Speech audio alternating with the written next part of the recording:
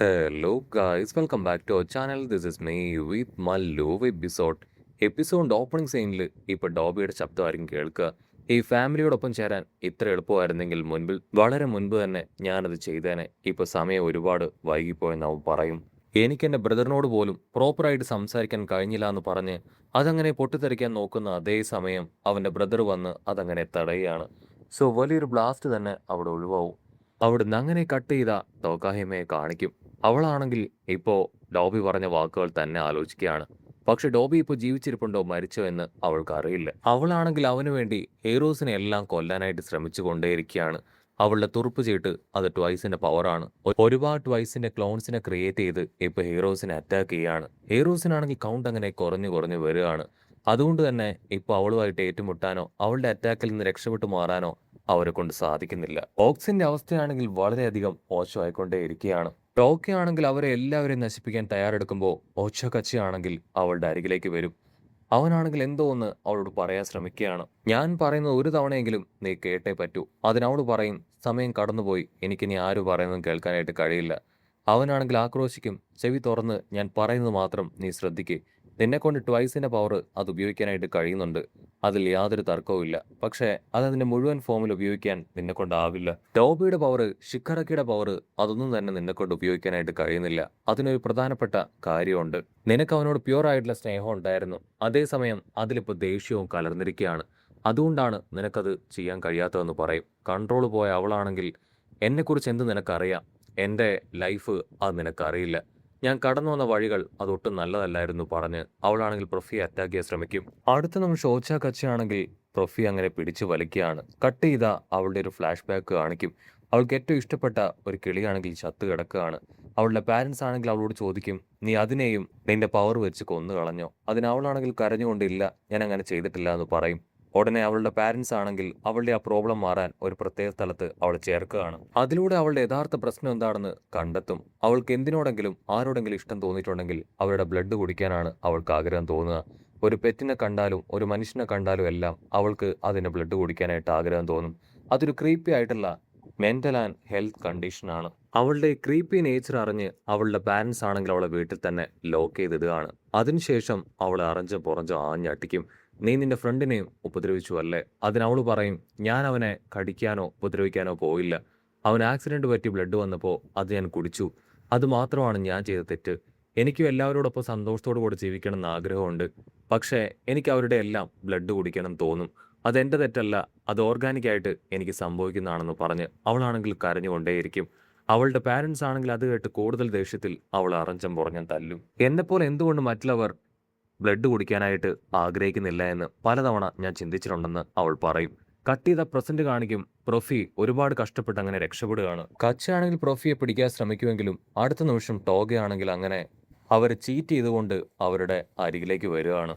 അവളാണെങ്കിൽ പ്രൊഫിയുടെ ഇയർഫോണിന്റെ അങ്ങനെ നമ്മുടെ ആൾക്കാർ ഓരോരുത്തരുടെ ആയിട്ട് ബ്ലഡ് കുറേശ്ശെ കുടിച്ച് ക്ലൗൺസുകളെ ക്രിയേറ്റ് ചെയ്തുകൊണ്ടേയിരിക്കും. സോ നമ്മുടെ ആൾക്കാർ ആരാണെന്ന് മനസ്സിലാവാതെ എല്ലാവരും കൺഫ്യൂസ്ഡായി അവളുടെ അറ്റാക്കിൽ പെട്ടുപോകും. പ്രോഫിയാണെങ്കിൽ കഷ്ടപ്പെട്ട് ടോഗയുടെ അടുത്തേക്ക് വന്ന് അവളോട് സംസാരിക്കാനായിട്ട് ശ്രമിക്കുകയാണ്. ഒരു തവണയെങ്കിലും ഞാൻ പറയുന്ന കാര്യം നീ ഒന്ന് ശ്രദ്ധിക്കേ, നിനക്കിതിൽ നിന്ന് മാറാനായിട്ട് കഴിയും. പക്ഷെ അടുത്ത നിമിഷം ടോഗയാണെങ്കിൽ ഒരു കത്തി എടുത്ത് ആഞ്ഞു വെട്ടുകയാണ്. ചോര എങ്ങനെ തുളുമ്പും. അതിനുശേഷം ടോച്ച കച്ചയുടെ വയറ്റിൽ അങ്ങനെ കത്തി കുത്തി ഇറക്കുകയാണ്. കട്ട് ചെയ്ത ഇപ്പോൾ ഒരു ഫ്ലാഷ് ബാക്ക് കാണിക്കും. ഫ്ലാഷ് ബാക്കിൽ അവരാണെങ്കിൽ അവരുടെ ടീം അത് ക്രിയേറ്റ് ചെയ്യുന്ന സമയത്ത് ട്വൈസ് ആണെങ്കിൽ അവൾക്കൊരു പേര് സജസ്റ്റ് ചെയ്യും. പക്ഷെ അവൾക്കാണെങ്കിൽ ആ പേര് ഇഷ്ടപ്പെടില്ല. ഓരോരുത്തരായിട്ട് ഓരോ പേര് അവൾക്ക് പറയുമെങ്കിലും അവളാണെങ്കിൽ അതൊന്നും ഇഷ്ടപ്പെടാതെ മുഖം തിരിച്ചിരിക്കും. ഷിക്കറൊക്കെ ആണെങ്കിൽ എല്ലാവർക്കും ഉപദേശം കൊടുക്കും. നമ്മൾ ശരിക്കും വില്ലന്മാരൊന്നും അല്ല. വില്ലന്മാര്, ഹീറോസ്, അങ്ങനെ ഒരു ഡിസ്ക്രിമിനേഷൻ നമ്മുടെ ഇടയിൽ ഉണ്ടാവാനായിട്ട് പാടില്ല. നമ്മൾ ചെയ്യുന്നതാണ് നമുക്ക് ശരിയെന്ന് എല്ലാവരോടും പറയും. സത്യത്തിൽ ഇതെല്ലാം തന്നെ ഒരു കോമിക്സ് ആണ്. ആ കോമിക്സിനെ ഡിപ്പെൻഡ് ചെയ്തിട്ടാണ് ഹീറോസ് ഇങ്ങനെയായിരിക്കണം, അതുപോലെ തന്നെ വില്ലന്മാരിങ്ങനെയായിരിക്കണം എന്നൊരു കൺസെപ്റ്റ് കൊണ്ടുവന്നത്. അല്ലാതെ ജനറലി ഇവർക്കിടയിൽ യാതൊരു വ്യത്യാസവുമില്ല. പേരുകൾ, നേച്ചർ അതെല്ലാം തന്നെ ഹീറോസിനും അതുപോലെ തന്നെ വില്ലന്മാർക്കും ഡിഫറൻ്റായി മാറിയത് ഈ കോമിക്സ് കാരണമാണ്. ടോഗയാണെങ്കിൽ തീർത്തു പറയും, എനിക്കതിലൊന്നും യാതൊരു വിഷയവുമില്ല. എൻ്റെ പേര് അത് ഞാൻ മാറ്റില്ല ടോഗ. ഞാനൊരു പുതിയ എറ തന്നെ ക്രിയേറ്റ് ചെയ്യും. എൻ്റെ ജീവിതത്തെക്കുറിച്ച് എനിക്കൊന്നും അറിയില്ല എന്ന് പറഞ്ഞ് ഇപ്പോൾ പ്രസന്റ് കാണിക്കും. അവളാണെങ്കിൽ ഇപ്പോൾ അവളെ കൊല്ലാനായിട്ട് ശ്രമിച്ചു കൊണ്ടേയിരിക്കുകയാണ്. എനിക്കെൻ്റെ ജീവിതത്തെക്കുറിച്ച് ഒന്നും അറിയില്ല. Go with the flow. ഞാൻ ആ ഫ്ലോയിൽ പോയിക്കൊണ്ടേ ഇരിക്കുകയാണെന്ന് അവൾ പറയും. ആ നിമിഷം അവളാണെങ്കിൽ ട്വൈസുകളുടെ ക്ലൗൺസിനെ അങ്ങനെ കൂട്ടി കൂട്ടി കൊണ്ടുവരും. ഹെലികോപ്റ്ററിലാണെങ്കിൽ ന്യൂസ് റിപ്പോർട്ടേഴ്സ് ആണെങ്കിൽ അത് ലൈവായിട്ട് അങ്ങനെ റിപ്പോർട്ട് ചെയ്തുകൊണ്ടേ ഇരിക്കുകയാണ്. ട്വൈസുകൾ ഇപ്പോൾ അവിടെ മുഴുവൻ സ്പ്രെഡ് ആവും. അപ്പോൾ അവിടുന്ന് അങ്ങനെ കട്ട് ചെയ്ത ഫ്ലാഷ് ബാക്ക് കാണിക്കും. അച്ചാ കൊച്ചിയോട് സംസാരിച്ചപ്പോൾ ടാബ അവൾ കരയുന്നുണ്ടായിരുന്നു. അവളാണെങ്കിൽ ആ കാര്യങ്ങൾ ഓർത്തു പറയും, അതെ ഞാനപ്പോൾ കരഞ്ഞിരുന്നു. അതാണ് എൻ്റെ റിയൽ നേച്ചർ. അവൾ ആക്ച്വലി ചെറിയ പ്രായം മുതൽക്ക് സൊസൈറ്റിയിൽ നിന്നും അവളുടെ ഫാമിലിയിൽ നിന്നും ഒരുപാട് ഡിസ്ക്രിമിനേഷൻ അത് അനുഭവിച്ചിട്ടുണ്ട്.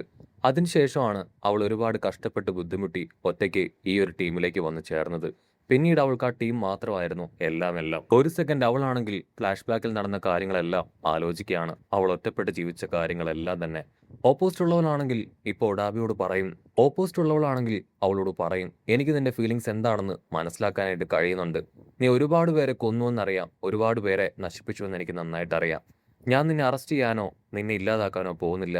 എനിക്ക് നിന്നോട് സംസാരിക്കണം എന്നൊരാഗ്രഹം മാത്രമാണ് ബാക്കിയുള്ളത്. അതിന് നീ എനിക്കൊരു അവസരം അത് തന്നേ പറ്റൂന്ന് പറയും. അത് കേട്ട് അവളാണെങ്കിൽ കൂടുതൽ ശക്തിയിൽ അവൾക്ക് നേരെ ആഞ്ഞടിക്കുകയാണ്. ആ കച്ചിയാണെങ്കിൽ അവളുടെ പവർ ഉപയോഗിച്ച് ഇപ്പോൾ അവിടെ ഉണ്ടായിരുന്ന ട്വൈസുകളെ എല്ലാം തന്നെ മുകളിലേക്ക് അങ്ങനെ ടെലിപ്പോർട്ട് ചെയ്യുകയാണ്. അത്രയധികം പവർ ഇപ്പോൾ അവൾക്ക് ലഭിച്ചു കഴിഞ്ഞു. അത് കണ്ട് എല്ലാവരും വണ്ടറടിക്കും. ടോഗയുടെ അറ്റാക്കിലാണെങ്കിൽ അവൾക്ക് നല്ല രീതിയിൽ പരിക്ക് പറ്റിയിട്ടുണ്ട്. അതിലൂടെയാണ് അവളുടെ പവർ കൺട്രോൾ ചെയ്യാനും ട്വൈസുകളെ തൊടാതെ തന്നെ ടെലിപ്പോർട്ട് ചെയ്യാനും ഇപ്പോൾ അവളെ കൊണ്ട് സാധിച്ചത്. ഒരുപാട് അവളുടെ ബോഡിയിലെ ആ മുറിവ് അത് ഒരുപാട് വലുതായി ബ്ലഡ് അങ്ങനെ പുറത്തേക്ക് പോയിക്കൊണ്ടേയിരിക്കുകയാണ്. പക്ഷെ അവളാണെങ്കിൽ തോൽവി സമ്മതിക്കാനോ വിട്ടുകൊടുക്കാനോ തയ്യാറാവില്ല. എങ്ങനെയെങ്കിലും ടോഗയോട് സംസാരിക്കണം. അവളെ കൺവിൻസ് ചെയ്തിട്ടുണ്ടെങ്കിൽ പലതും ക്ലിയർ ചെയ്യാനായിട്ട് കഴിയുമെന്ന് മനസ്സിലാക്കിയ അവളാണെങ്കിൽ ടോഗയുടെ അടുത്തേക്ക് പോകാനായി ശ്രമിച്ചു കൊണ്ടേയിരിക്കും. ടോഗയാണെങ്കിൽ അതെല്ലാം പ്രിവെന്റ് ചെയ്ത് അവളെ ദൂരേക്ക് മാറ്റാൻ ശ്രമിക്കുകയാണ്. ടോഗയാണെങ്കിൽ അവളുടെ പവർ അതങ്ങനെ ഇജക്ട് ചെയ്ത് അവളെ പ്രിവെന്റ് ചെയ്തുകൊണ്ടേയിരിക്കുകയാണ്. ആ സമയത്ത് അവളാണെങ്കിൽ വിളിച്ചു പറയും, നിന്റെ ഇമോഷൻസ് അതെന്നെ കൊണ്ട് മനസ്സിലാക്കാനായിട്ട് കഴിയുന്നുണ്ട്. അത് ഞാനുമായിട്ട് വളരെയധികം റിലേറ്റബിൾ ആണെന്ന് പറയും. അതേസമയം ടോഗയുടെ ദേഷ്യവും പകയും എല്ലാം തന്നെ ഒരു ബ്ലാസ്റ്റ് പവറിൽ എത്തിയിരിക്കുകയാണ്. ടോഗയാണെങ്കിൽ ഒരു കത്തിയെടുത്ത് കുത്തുന്നത് പോലെ ഇപ്പൊ അങ്ങനെ ഇല്യൂഷനിൽ കാണിക്കുകയാണ്. അവളുടെ ദേഷ്യം അത്ര അധികമുണ്ട്. കട്ട് ചെയ്ത പ്രസന്റിൽ ടോഗയാണെങ്കിൽ അവളെ വീണ്ടും കുത്താനായിട്ട് അടുത്തെത്തിയിരിക്കുകയാണ്. അവളാണെങ്കിൽ കുത്താതെ ഇപ്പൊ അവളോട് പറയും, എനിക്ക് ആരെയൊക്കെ കണ്ടാലും അവരോടൊക്കെ പെട്ടെന്ന് പ്രണയം തോന്നും. ഒരു ഡിസ്ക്രിമിനേഷനും എനിക്ക് അവരോടില്ല. ആണാണെങ്കിലും പെണ്ണാണെങ്കിലും ജീവികളാണെങ്കിലും ഒക്കെ എനിക്ക് പ്രണയം തോന്നും. അവരുടെ ബോഡിയിൽ ഹോട്ട് ബ്ലഡ് ഉണ്ട്. വിക്ടോറിയയോട് എനിക്ക് കണ്ട ഉടനെ പ്രണയം തോന്നാൻ മറ്റൊരു കാരണമുണ്ട്. എൻ്റെ ഒരു ചൈൽഡ്ഹുഡ് ഫ്രണ്ടിനെ പോലെ തന്നെയാണ് അവനും ഉള്ളത്. അവളാണെങ്കിൽ അവളുടെ എല്ലാ സങ്കടങ്ങളും തുറന്നു പറയുമ്പോൾ ഓപ്പോസിറ്റ് ഉള്ളവളാണെങ്കിൽ അവളെ ഹഗ് ചെയ്യുകയാണ്. ഉടനടി ട്വൈസിന്റെ ബ്ലഡ് അവളിൽ നിന്ന് പുറത്തേക്ക് പോയി അവന്റെ പവർ പതിയെ പതിയെ കുറേശ്ശെ കുറഞ്ഞു വരികയാണ്. അവർക്ക് രണ്ടുപേർക്കും ഇപ്പോൾ പവർ അങ്ങനെ കുറഞ്ഞ് അവർ താഴേക്ക് വരികയാണ്. ടോഗോയുടെ ഓപ്പോസിറ്റ് ഉള്ള നമ്മുടെ പെങ്കൊച്ചാണെങ്കിൽ അവളോട് പറയും, നിന്റെ മുഖത്തെ ആ സ്മൈല് അത് വളരെ നിഷ്കളങ്കമാണ്. അതാണ് നിന്നിലേക്ക് എന്നെ അടുപ്പിച്ചത്. നിന്നെ മനസ്സിലാക്കാൻ കഴിയുമെന്ന് എനിക്ക് ഓൾറെഡി തിരിച്ചറിയാൻ കഴിഞ്ഞതാണ്. ടോഗയാണെങ്കിൽ അത് കേട്ട് ചിരിച്ചുകൊണ്ട്, എന്നെ കാണാൻ ശരിക്കും നല്ലതാണോ, എൻ്റെ ചിരി ക്യൂട്ടാണോ ചോദിക്കുമ്പോൾ ഓപ്പോസിറ്റുള്ള നമ്മുടെ പെണ്ണു പറയും, അതെ, ഈ ലോകത്തിൽ വെച്ച് ഞാൻ കണ്ടിരിക്കുന്നതിൽ ഏറ്റവും സുന്ദരിയും ഏറ്റവും ക്യൂട്ടായിട്ടുള്ള ചിരിയും നിന്റേതാണ്. അത് കേട്ട് അവൾക്ക് ഭയങ്കര സന്തോഷം. ഇത്രയും കാലം ഉണ്ടായിരുന്ന ഡിസ്ക്രിമിനേഷൻ അതിൽ നിന്നെല്ലാം മാറ്റപ്പെട്ടതുപോലൊരു ഫീൽ അവൾക്കുണ്ടാവും. അത്രയും നാളും മോൺസ്റ്റർ ഫേസ് മോൺസ്റ്റർ സ്മൈൽ എന്ന് പറഞ്ഞ് കളിയാക്കി അവളെ ഇന്ന് ക്യൂട്ട് ഫേസ് എന്ന് വിളിച്ചിരിക്കുകയാണ്. അത് കേട്ട് അവൾ ഹാപ്പി ആവുന്നതോട് കൂടെ ഈ ഒരു എപ്പിസോഡും അവസാനിക്കുന്നു.